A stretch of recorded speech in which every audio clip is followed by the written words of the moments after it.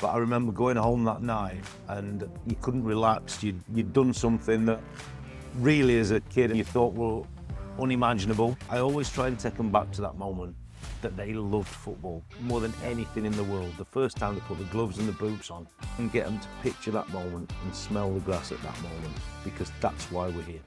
I asked him to come and watch me play a game when I'd been injured for 2.5 years, and he came and told me that I think time's time. It's like being that gladiator in that Colosseum. And yeah, the very best, they absolutely love it. There's no fear. And it's trying to take that mentality of that 8-year-old kid, 7-year-old kid, boots, gloves, smelling the grass, into that Colosseum.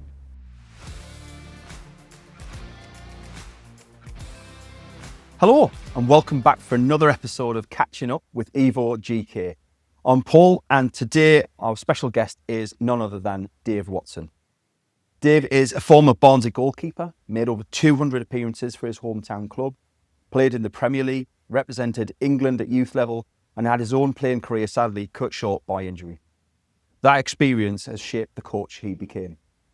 Since moving into coaching, Dave has worked with English clubs including Oldham Athletic, Huddersfield Town, Northampton, Notts Forest, Birmingham City, Norwich City, Southampton, as well as the England under-19s and the England senior team. I'm reliably informed Dave has a good pair of binoculars. That is a long list. It is a long list. And hopefully it was an enjoyable list. Very enjoyable time. Dave's also worked with some of the biggest English goalkeeping names in the modern era, including Joe Hart, Ben Foster, Jack Butland. With his Birmingham work earning national attention before he joined Roy Hodgson's England setup. And what makes Dave such a valuable voice for young keepers is simple. He's played it, lost it, and rebuilt himself through coaching and helped others reach the very top. Dave, absolute pleasure to have you on the show. A pleasure to be here. Looking forward to the next hour and maybe 3 hours of fun. And a fellow podcaster yourself as well, right? Yeah, I'm well into the podcasting game, so this is not new to me at all. So before we get into your journny, tell us, who was your goalkeeping idol growing up? Yeah, for me, when I was growing up, it was really difficult to pick one because I always had Peter Shilton and I had Ray Clemens. So I always kind of torn between the two, especially when you talk about the national team. And obviously, ultimately, you always have to pick one. So England really, in my early years and my recollection of England in tournaments, always went for Peter Shilton. So he always kind of got my edge. But when I used to watch Match of the Day, only chance you got to watch football on a Saturday evening, I had to kind of choose between the two of them. But when it came to the national team, obviously, I got more affinity then with Peter Shilton for sure. Amazing. And yeah, Peter Shilton, I remember waiting around in Pete Lee Town Centre at one point for Peter to come and bring a cup through, and he never actually turned up, which was really annoying. But yeah, I would suggest that's very frustrating. So you came through Barnsley Youth and went on to make over 200 appearances for your hometown club. Yeah.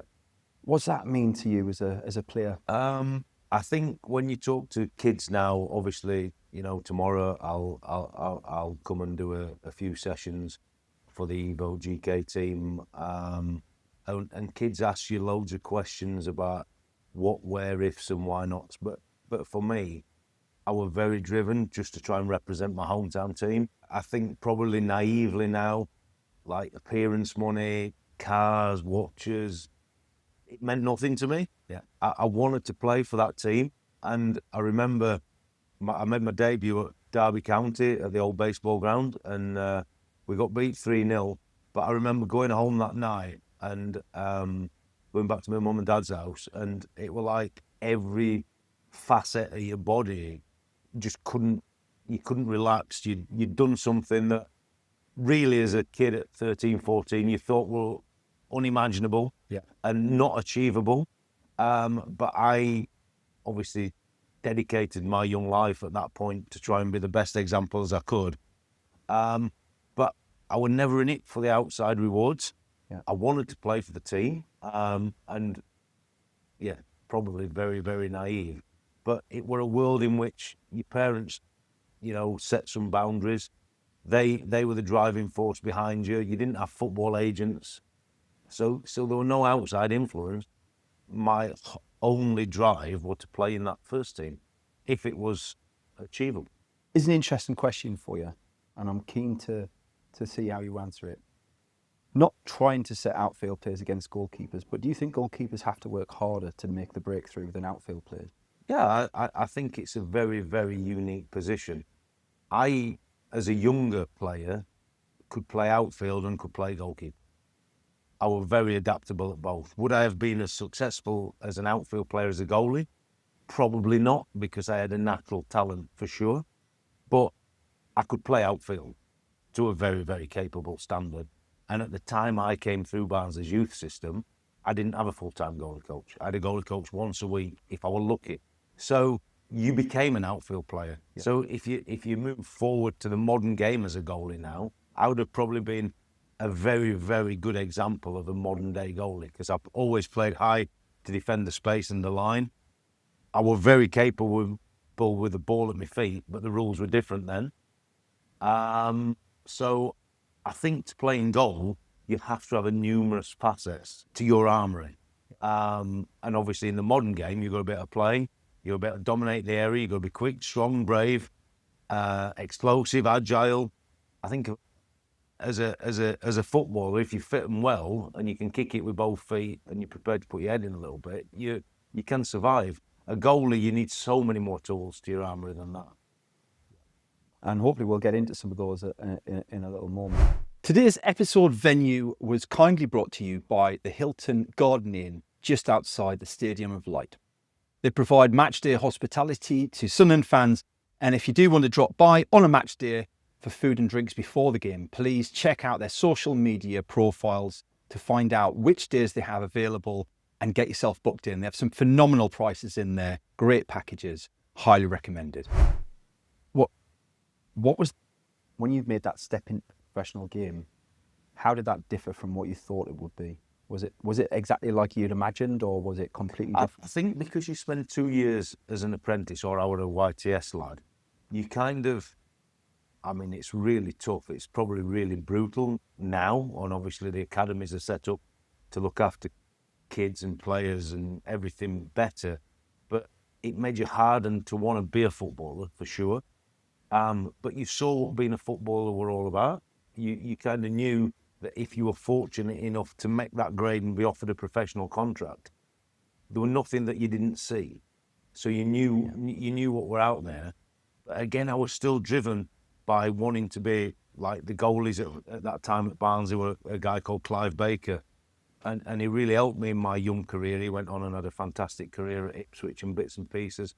But you really learnt from them guys. A guy called Lee Butler, who they signed from Aston Villa. You know, unbelievable guy, friend to this day.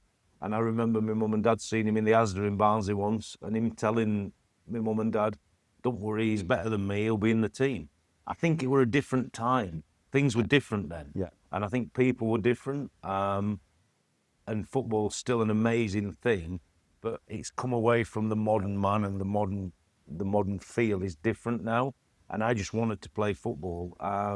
Now, a lot of lads who are on this journey, for sure, the dream is to represent, whether it's the hometown team, the country or whatever. But I think the outside drivers are slightly different. Yeah. And for the younger audience that are watching the podcast, Barnsley at this point was where? Well, it would have been the equivalent of a championship team now. Yeah.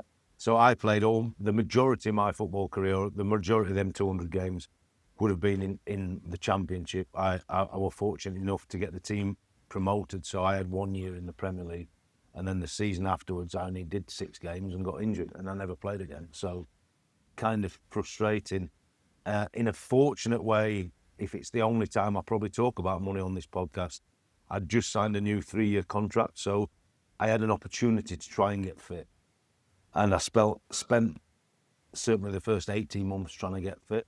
And then a guy you know well and I know well, and the EvoGK family know well, Eric Steele, who was a coach of mine, said that he thought I should start looking into the coaching pathway.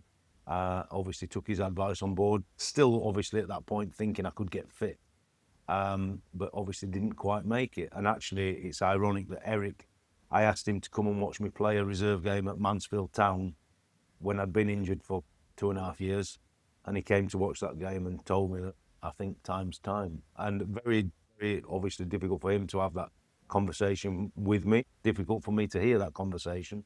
But through that, he drove me into being hopefully the best coach that I could have made myself into. Well, I think we all get given a path to walk, right? And it's not always what we think it'll be, but it's where we always end up where we're meant to be, is how I always look at things. What was it like when you got that call to go and represent England at youth level then? Yeah, I mean, do you know where I actually came? I came up to Sunderland. I sat on the bench at Roker Park. I can't even remember who the game was, but a goalie had got injured, and obviously I'd been doing well for Barnsley's youth team, and Mick Wadsworth was the England youth team coach, and he obviously knew our youth team coach, had been watching me from afar, because at that point the England coaches used to come into all the clubs and take you for a day's training, so that's how they got to know players and staff, and so I'd had that connection with Mick anyway. And Barnsley being 2 hours away from Sunderland, I got the call, I think, 36 hours before the game. So the youth team coach brought me up 2 nights before the game. So I had the next day training. The next day I sat on the bench for a game at Roker Park. It was quite surreal. And I kept my tracksuit. My mum's still got my tracksuit.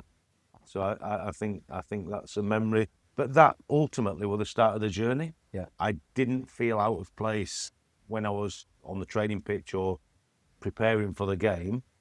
As a young lad, being thrown into that environment, having never thought I was probably ever going to make it as a professional footballer, never mind to represent your country, I felt very, very uncomfortable at that point. But as soon as you put the boots and gloves on, it's a different world. But if you'd asked me to do a podcast 40 years ago, or so, you know, and sit in front of cameras or talk to people or even do the work tomorrow and do seminars and stand in front of thousands of people and talk, that's never naturally going to be a skill set. But I think as you get older, you become a little bit less self-aware, and obviously your experiences give you that confidence. But the first time I stepped into that environment up at Sunderland, very, very uncomfortable. Well, I think that's quite common for all young goalkeepers, right? Like, there's a difference between wanting to make it and knowing that you've got the capability or believing in yourself. When it actually push comes to shove, that moment of tomorrow I'm playing first team, I'm going to be playing in the big league here. I can imagine that being pretty much everyone, right? Like, that's healthy. Yeah, it's healthy, and that's what everybody wants. And I'm sure you've done loads of these things, and you've spoke to various people at various levels. And I've worked as a player and as a coach with some phenomenal talent, you know, but it's different to survive a working week knowing that you're going to play in front of 20 million people on TV and 100,000 on a weekend or 70,000 at Old Trafford or whatever it is. And ultimately, the difference in the levels is not that much, but the difference in the levels between the years and the mentality for somebody to survive in that environment. And when you make the big mistake that we all make, and we're all going to make, and the longer you're playing goal, the more mistakes you'll make. It's that resilience to come back time and time and time again, and stick the gloves back on and get your chest out and smell the grass and go through them moments. And a lot of goalies I've worked with, when they've had some real difficult times, as we all do, I always try and take them back to that moment that they loved football more than anything in the world. The first time they put the gloves and the boots on and they're playing with their mates, just out on the field with, you know, whether it's a school match, whether it's a match on a Saturday morning. And I just try and get them to picture that moment and smell the grass at that moment, because that's why we're here. And if you can take it back to that and realise that's what it's all about, you'll be better for it. I love that. I actually have goosebumps hearing you talk, because like, I see my young lad now, and I talk about him in the podcast all the time, and I look at, and I just think, like, you don't even realise how lucky you are to have what you have and be as good as you are. I had nothing when I was a kid. I got no opportunities, and I had no talent, to be fair. I didn't, I was never a sports type. I mean, how old were you when the injury happened? You got 23. Yeah. And so do you think that early injury that having your career cut short at that point, 200 appearances at 23 is nothing to be sniffed at for a first team keeper. Like, does that frustrate you when you see young keepers or other keepers who just have the talent but they're just not? Well, yeah, I mean, applying it created who and what I was as a person and ultimately as a coach, for sure. Let's not kid ourselves. The first year or 18 months of that journey were very, very difficult. And any green shoots evaporated quickly over a period of time. But it's what's tough makes you stronger, eh? And through difficult times, the shoots began to get bigger and greener, and ultimately, I suppose, here I am. But what it did do for me is it formed an application in my coaching that I would never accept of anybody who I was doing a session with. I'm talking professionally. Obviously, when you do camps and there's loads of kids at various levels, Yeah, that's a different thing. I'm talking professionally here. I set the bar very, very high. And if the standards of anybody coming into my sessions didn't meet those standards, then that would have been dealt with quite severely, because I had my opportunity taken away and they had opportunities in front of them they were grasping with two hands. Yeah. And I found that very, very difficult to accept. Obviously, as I matured and got older, I softened and mellowed and realised there's different ways, and I got better because I was a better human being and I could talk to people. And look, the way the modern world went, we were debriefing, pre-briefing. You spend so much more time together, as well as on the grass and on a match day. Yeah. But my early experiences of coaching, and when people weren't prepared to give me 100%, and ultimately the game that we all love 100%, I found that very difficult. What was Eric's influence on that coaching, do you think? Eric's influence on my life has been profound. He's the godfather to my son. Him and his wife got basically me and my now wife together. It's been a unique and remarkable thing. I cried profoundly when he left Barnsley as coach, which was only a day a week, and he left Barnsley to go full-time to Derby. I found that really, really difficult. I'd not only got a great goalie coach, but a friend and somebody I trusted who could develop me on and off the field. And I found it really difficult to replace him. And I never really replaced him, even though I'm number one goalie and I'd got the choice of goalie coaches, and there were probably 6 or 7 came through the door who I said weren't up to standard, but they were probably never, ever going to be up to Eric's standard. So a tough mantra to follow. But I think for Eric, certainly when I finished, his drive to know that I'd still got some burning desire inside me to do something in football, even though my football career had been taken away, his influence and support has been invaluable to this day. And then you worked through a variety of clubs, and I know the way football works. It's not always by choice. Sometimes it's by circumstance. Yeah. But it sounds like that was something you enjoyed. Yeah, look, the coaching pathway is difficult, isn't it? When you come out of playing, you can't think you're going to be the best coach.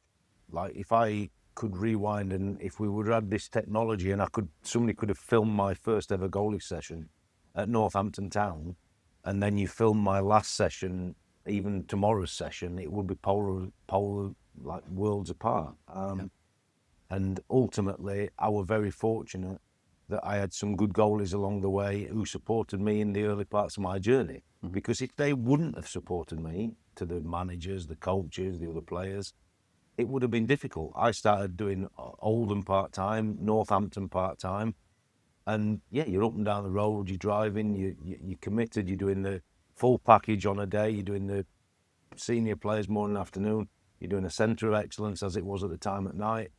You're working hard for your few quid, that's for sure, and you're travelling up and down, but it's the hard yards that give you then the opportunity. I remember watering the grass with the hose pipe and doing all these things at various clubs, just trying to give the goalies a chance to have a decent session.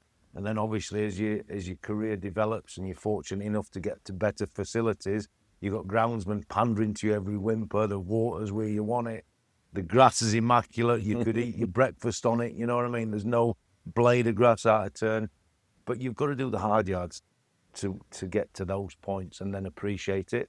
So yeah, the journey's difficult, and I think that's why there's not as many goalies make top coaches, because it's a very difficult and hard journey.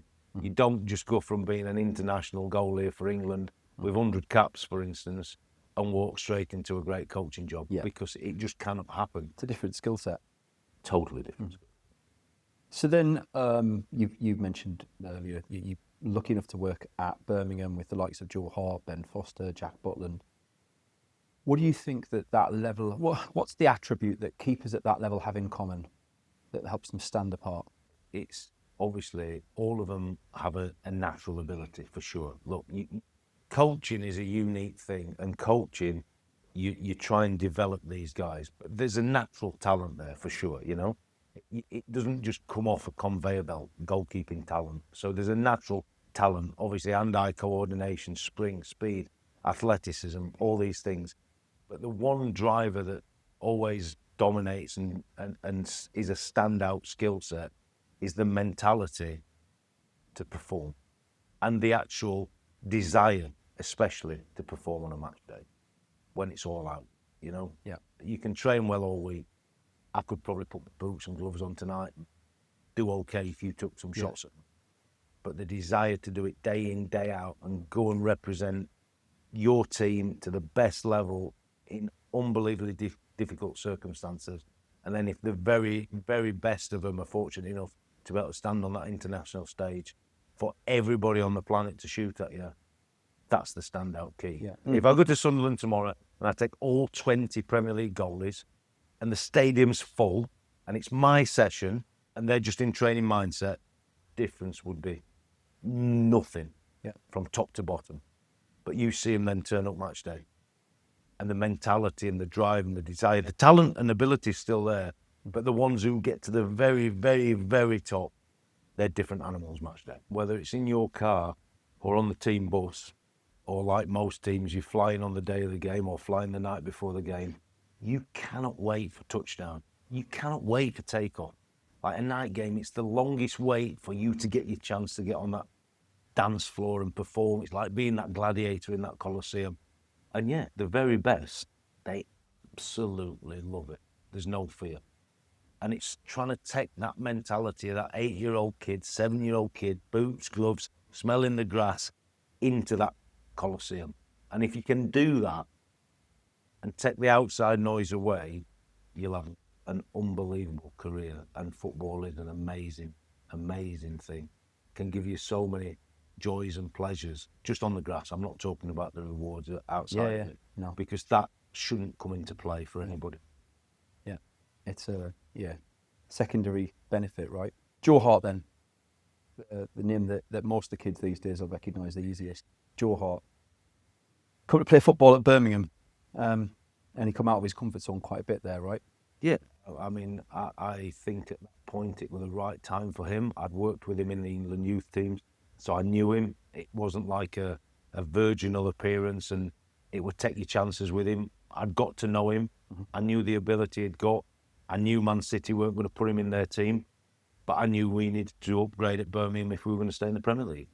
And obviously it was a big shock because not many young goalies get the opportunity to perform in the Premier League, and the demands of what Birmingham were going to be, it were going to be required to make some big interventions for us to stay in the league. And I would say, and if you had him here with me today, of course, undoubted talent, knew he'd got the talent and he could perform. But the first 6 to 8 games was still tough.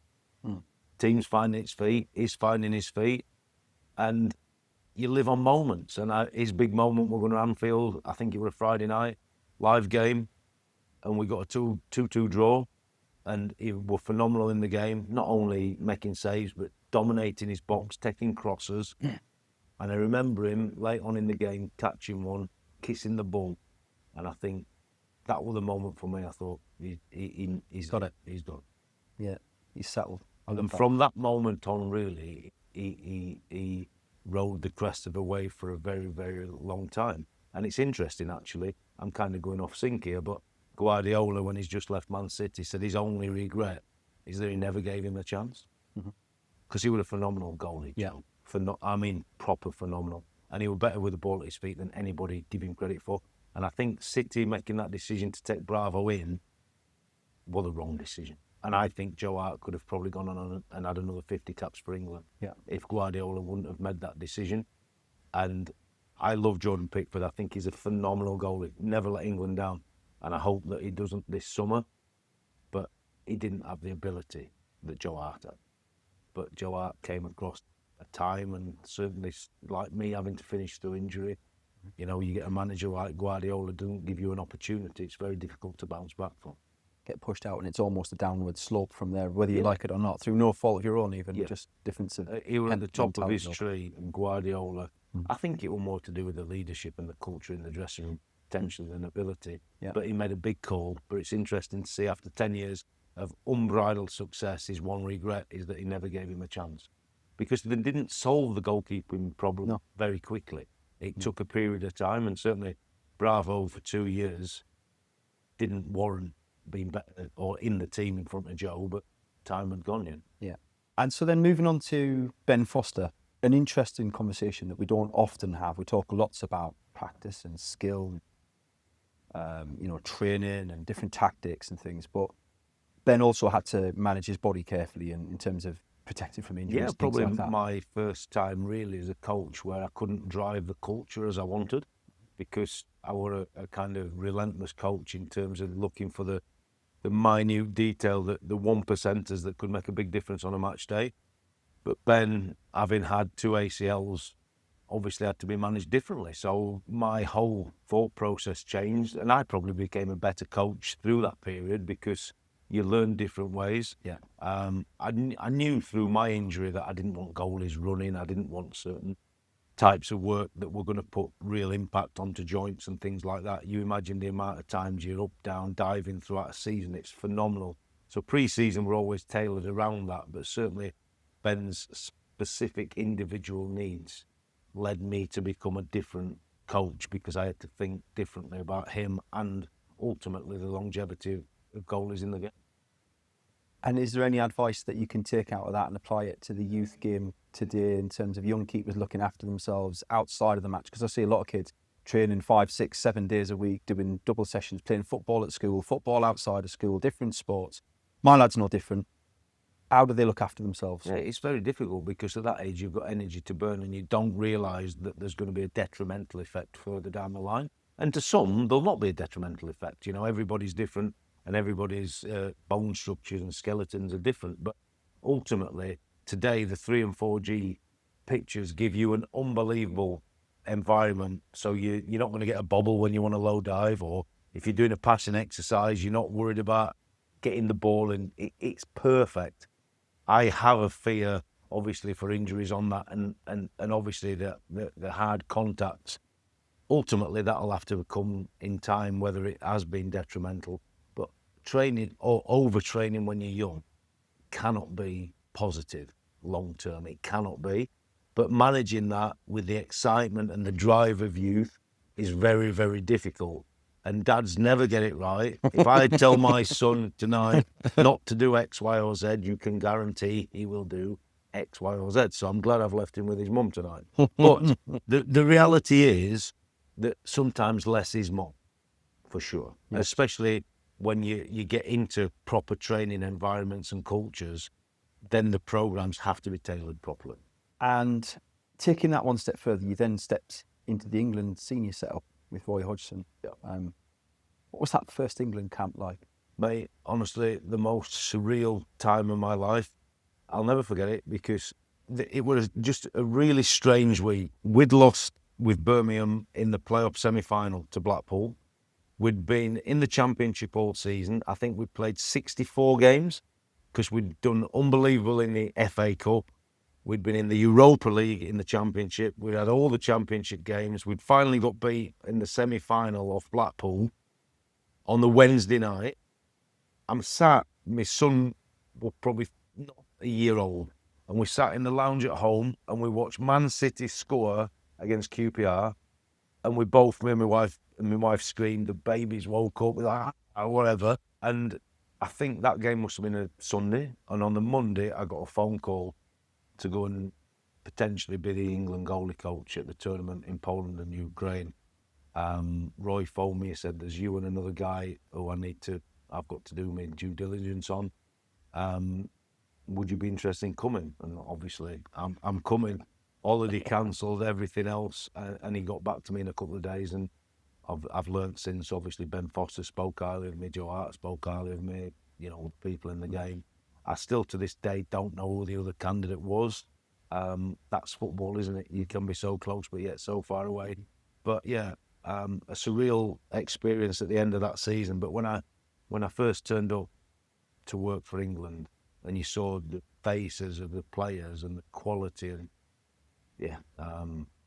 a very humbling experience for sure. And I'd coached at that point what would have been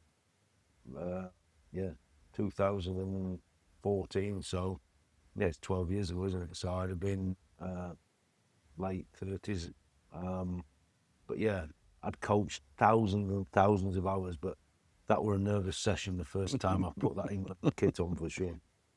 And do you still find the same challenges at that level that you have club level even, Yeah, for sure. If anything, it's probably more difficult, and the demands are more difficult. I mean, I'm not here to talk about Spygate, what's just obviously happened, but when you're an international team, the manager has to pick the team a lot earlier, because when you travel away from home and you want to do a session in their stadium the day before the match, you've got to pick your team a day prior to that, because you've got to do your work privately at St George's Park at that time. And I remember taking the set plays, and sometimes we went inside to do set plays, even though St George's Park were our home, and you couldn't imagine somebody seeing it. Yeah. But you're that wary of things like that. So we did the set plays inside quite a few times. But obviously you had to be more set up and ready, because you had to pick your team 48 hours earlier. So when we went to train on a stadium, it was just nothing, because you were giving nothing away. So you had to be a bit better prepared for sure. What's it like being on the bench behind the team on international game day? Like, it must be... That's phenomenal. I mean, I remember that first game, my first ever game as a coach, with Norway away, pre-tournament. And I remember stood, like, you can imagine the noise around, cameras going off, TV things everywhere. Just standing up to sing that anthem, I remembered it as a player, fortunately, in the youth teams and the under-21s. But to sing that anthem as a member of staff, were pretty humbling experience for me, for sure. And, when you just bring it down to the human level, you think about people who have helped you on your journey when you're singing that song. I thought about my dad, who passed away a long time before. And I think it's things like that hit home to you.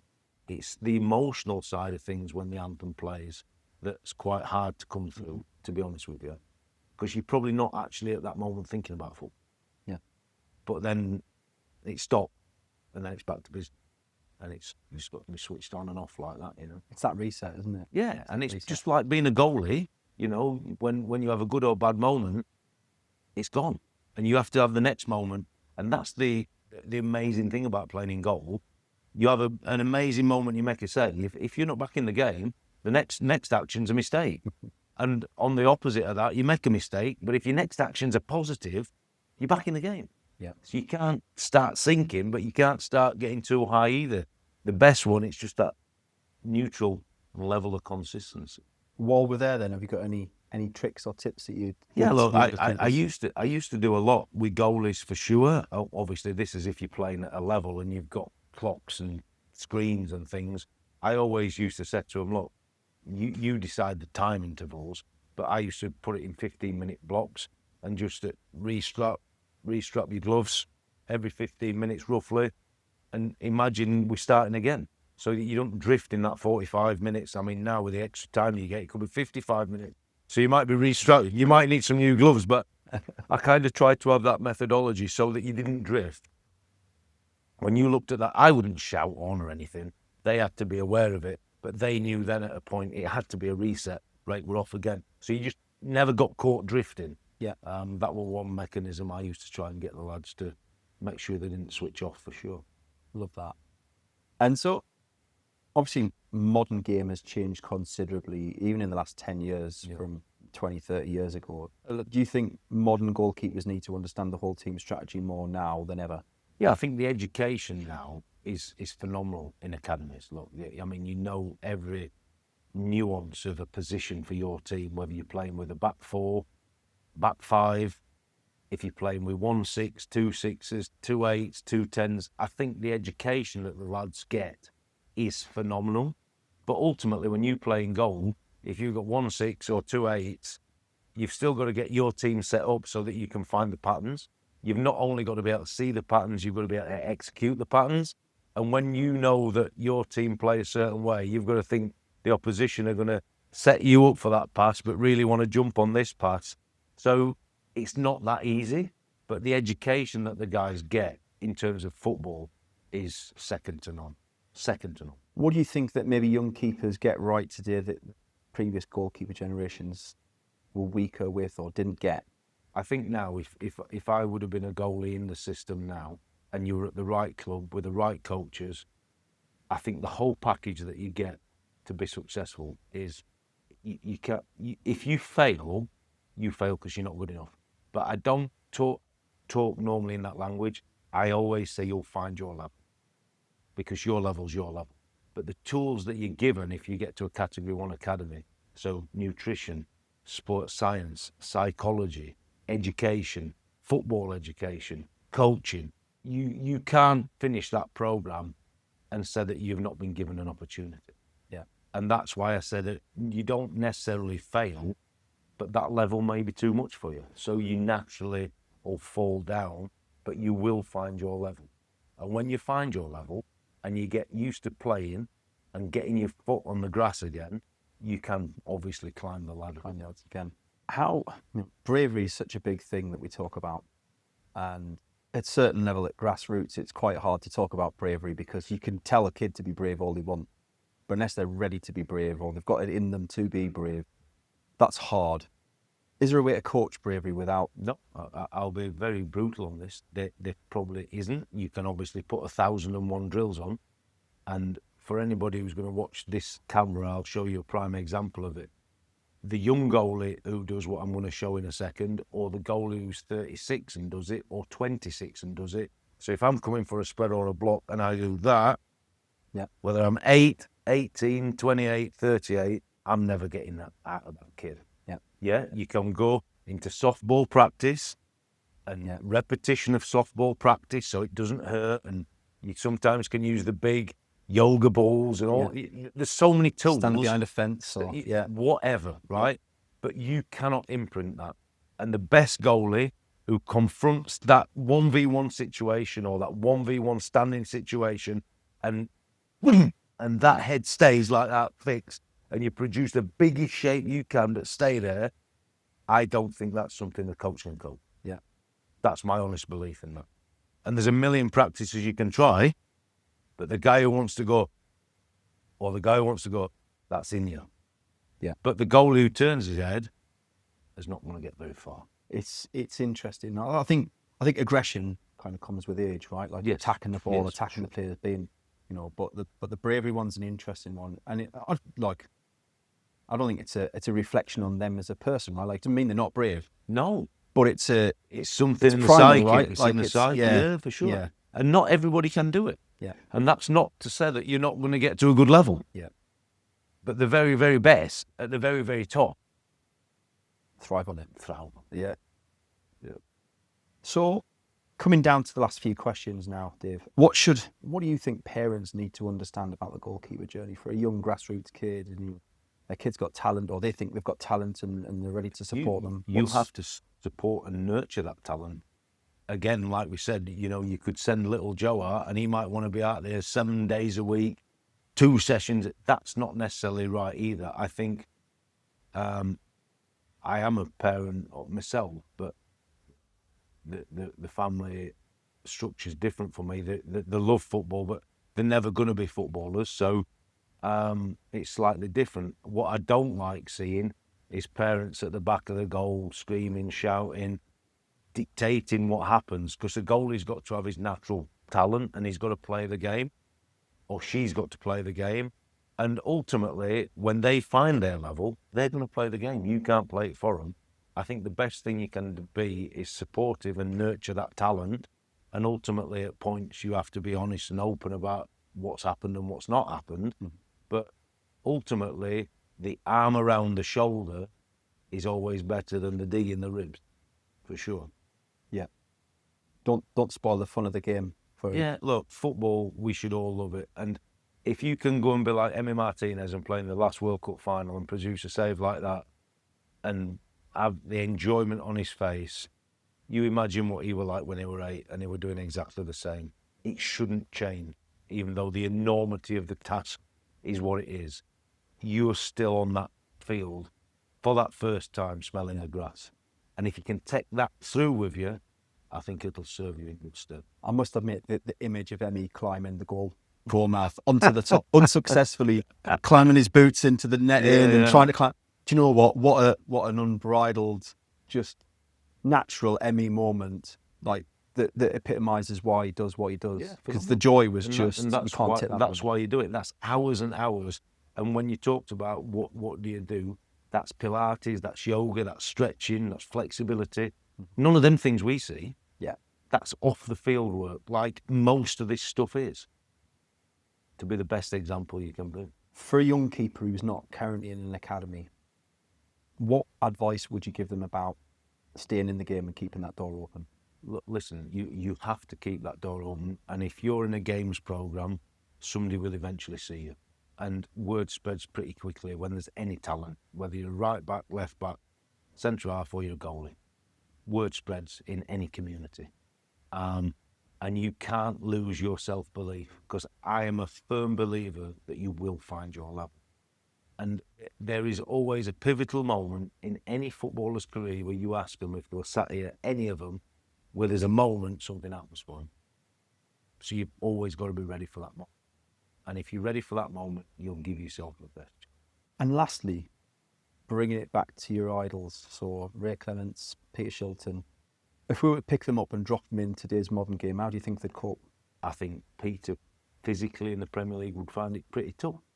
Ray had got a bigger stature for sure. But ultimately, they never played with the ball at the feet, did they? So it would be very, very hard to judge on them. But in their generation, these two guys were phenomenal.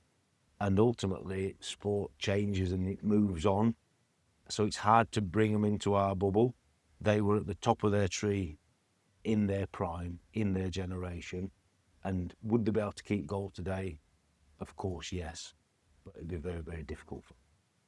Be interesting. I'd love to see it. Yeah. We need a time machine or something. Yeah, I'd love to see that. Well, that's the end of the questions for today, Dave. I really appreciate taking the time to come down and have a chat with us. No, really. Thank you very much. Really enjoyed it. Thank you so much. Brilliant. And I'll see you again for the next episode. Take care. Bye-bye. So welcome back for the EvoGK community questions, where we do a bonus session with each guest for the podcast.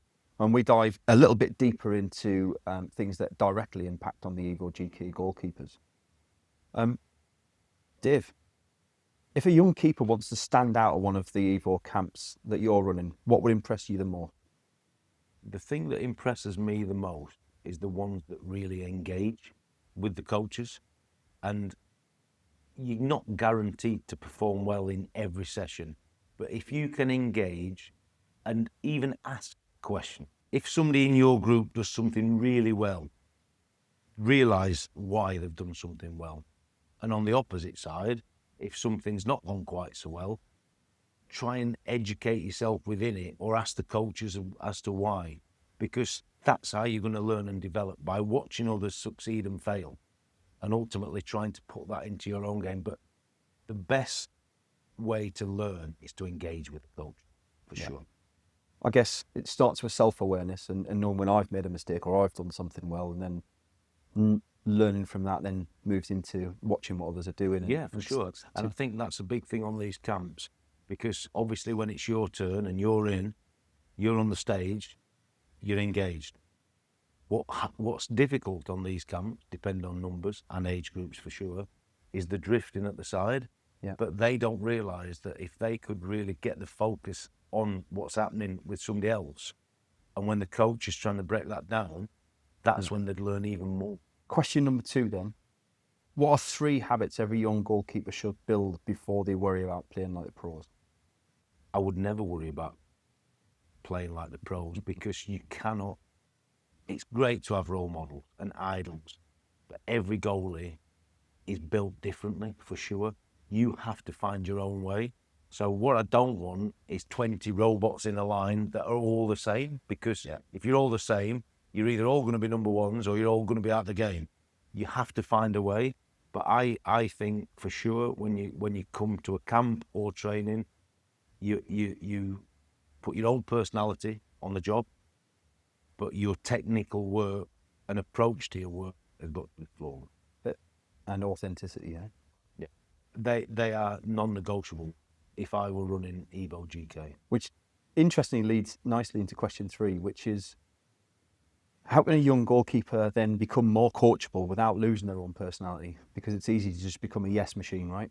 Yeah, but like best ones, you can see the edge with them. They might give you the nod. They might just look at you in a certain way. But that's years of coaching experience from my time in the game. But you don't want the nodding dogs. You want the ones who are going to challenge you, because that what makes me a better coach, and I know that will make them a better goalie. The goalie who just agrees with everything you say, whether they're 8 or 38, no chance of having any effect. The one who challenges the coach, right, now I've got to make you better. Now I've got to make my sessions better. And if you put as the coach all them things together, that kid is only going to flourish. Last question then, Dave. What's one thing that you wish every young keeper understood before they went into a serious training session? That it matters. And I take that because you never know when the last one, for whatever. That's powerful. I like that. Dave, it's been an absolute privilege. Thank you very much for joining us. Oh, good. I've enjoyed it. I hope you've enjoyed it as well. And I'll catch you on the next episode.